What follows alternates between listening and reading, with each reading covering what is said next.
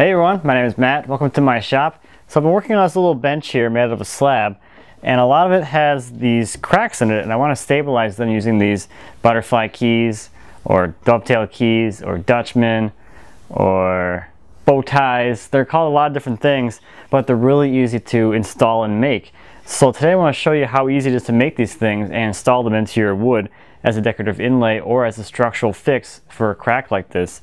And a little bit of a different twist on it this time, for me at least, is I'm going to make them all different. They're slightly different, every single one of them.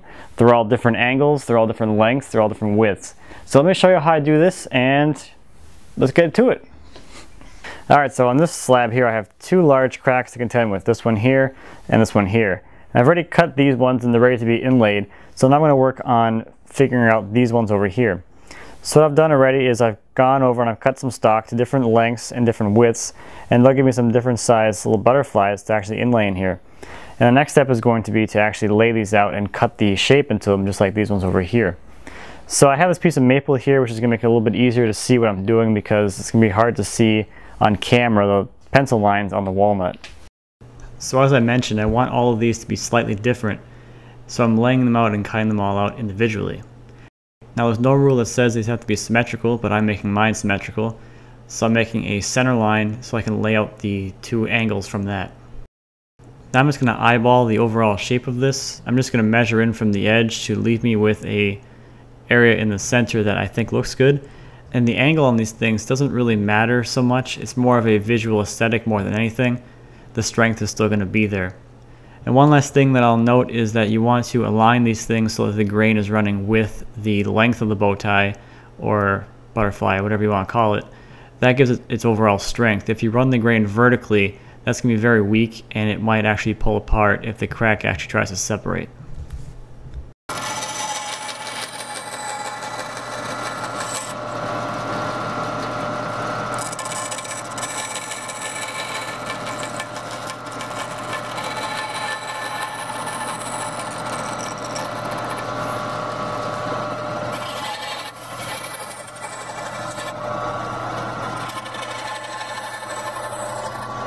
And here at the bench, I'm just going to clean up this bandsaw cut just to get nice and straight.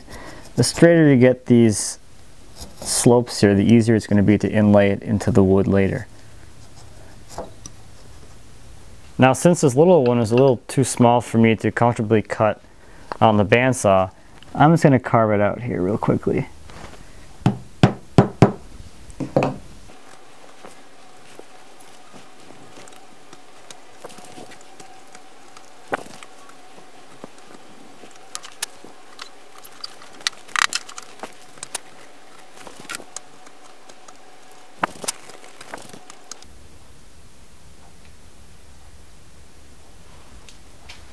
So now the next thing I'm going to do is apply some two-sided tape to each of these.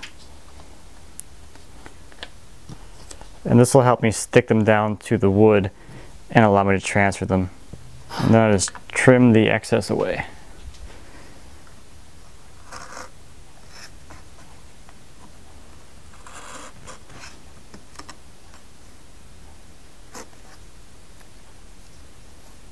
Alright, so now I can peel this backing off, and then I can put them down exactly where I want them to be. Now what you usually see is that the center of the bow tie, or the little center of the V's, align with the crack. So if the crack is curving, your little bow ties might be at an angle or something, but in this case this crack is pretty much straight in line with the edge of the board.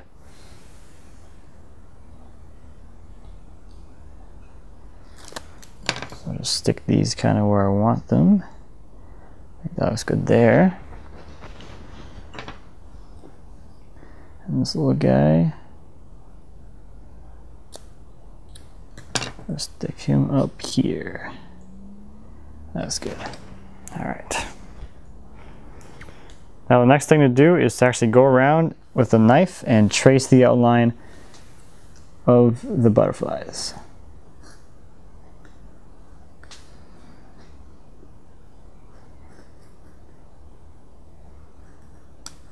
Now depending on how many of these you're going to be doing on your piece, you might want to label them and also indicate the orientation that they're in. Now I can go ahead and remove little butterflies from the wood and remove the tape from the back of the little butterflies. So the knife left is a nice indicator of what material needs to be removed to actually inset this thing into the piece of wood.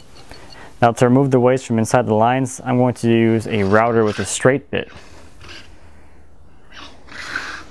And I'm going to sneak up on the line. I'm going to come very close to it, but I'm going to leave it, and I'm going to come back with my chisels and then clean up right to the line.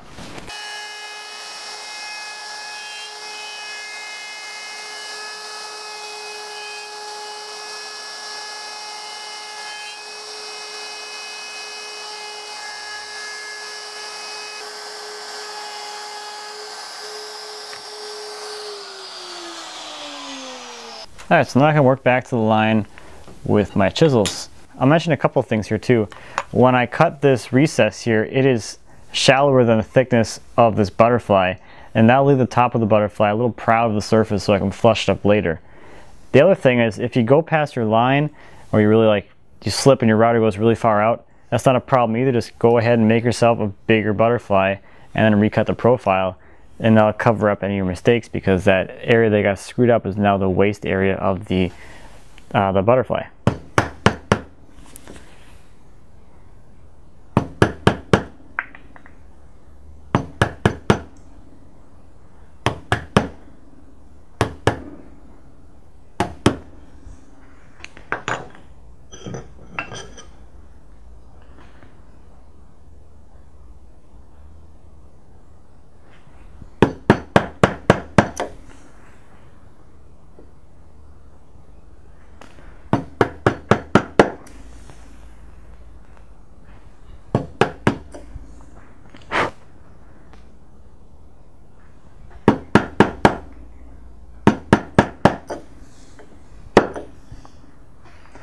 Okay, so the socket is ready to go, and it looks like this is going to fit in there. So now the last thing I'm going to do is just knock off these bottom corners here, just to make sure that if there's any issue with the corners of the mortise for this thing, that the butterfly key here isn't going to get in the way, or nothing's going to get in the way of this thing seating all the way. Because you want this thing to seat all the way in, and for the glue surface from the bottom of the butterfly key and the bottom of the socket to actually meet, and that's your nice glue joint. That's all nice long grain there. So you want those two to come together perfectly. You don't really care what's going on at the edges.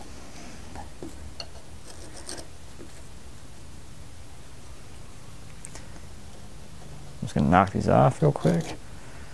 Now the thing with these is there really isn't there's no test fitting these things. So you're going to be pretty confident it's going to go in the first time, but if you chiseled back to your lines, there should be no reason why it won't fit. So I'll just put some glue in there and just spread this glue out a little bit. Get it all spread out on the bottom there, maybe up the sides a little bit. Alright, so we only have one shot at this. I'm just going to make sure that I have this facing the right way. I put my mark on this side so I know it goes in like that. I'm going to give it a little tap to get started. And then you want to apply even pressure as you're tapping it into place. So I'm going to place a block on top of it and then hammer it home.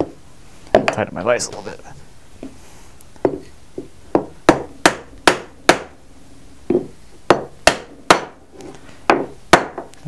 And you can hear the tone of the mallet change once it's bottomed out. There we go. That's in there. Looks good. I'll wait for the glue to dry, and we can trim it down flush.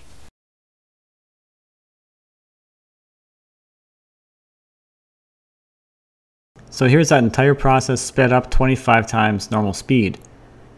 And this whole process here took me 10 minutes and 10 seconds, so it's not a really long process to inlay one of these things. And yes, you should always wear your hearing protection when chiseling. And now I can flush it up with my hand plane.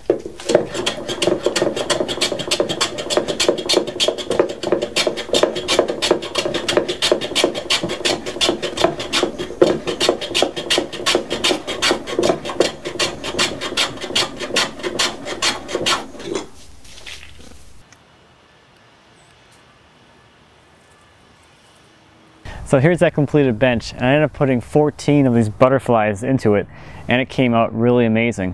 What I absolutely love about this thing is that every single one of these butterflies is uniquely different. Is that even a way is that even a phrase?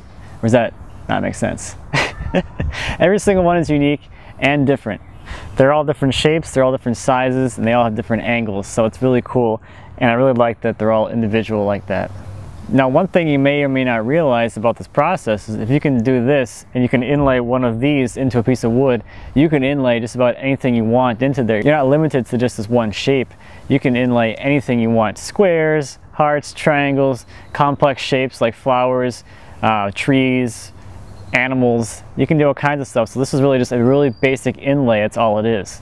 Now, if you're interested in how I built this bench with the live face on the bottom with the bark, and the whole thing with the angles and displays, check out my build video about that. Now, if you have any questions about that, the bench or the butterfly keys or anything like that, please feel free to leave me a comment. As always, I appreciate those, and I'd be happy to answer any questions you might have. And until next time, happy woodworking.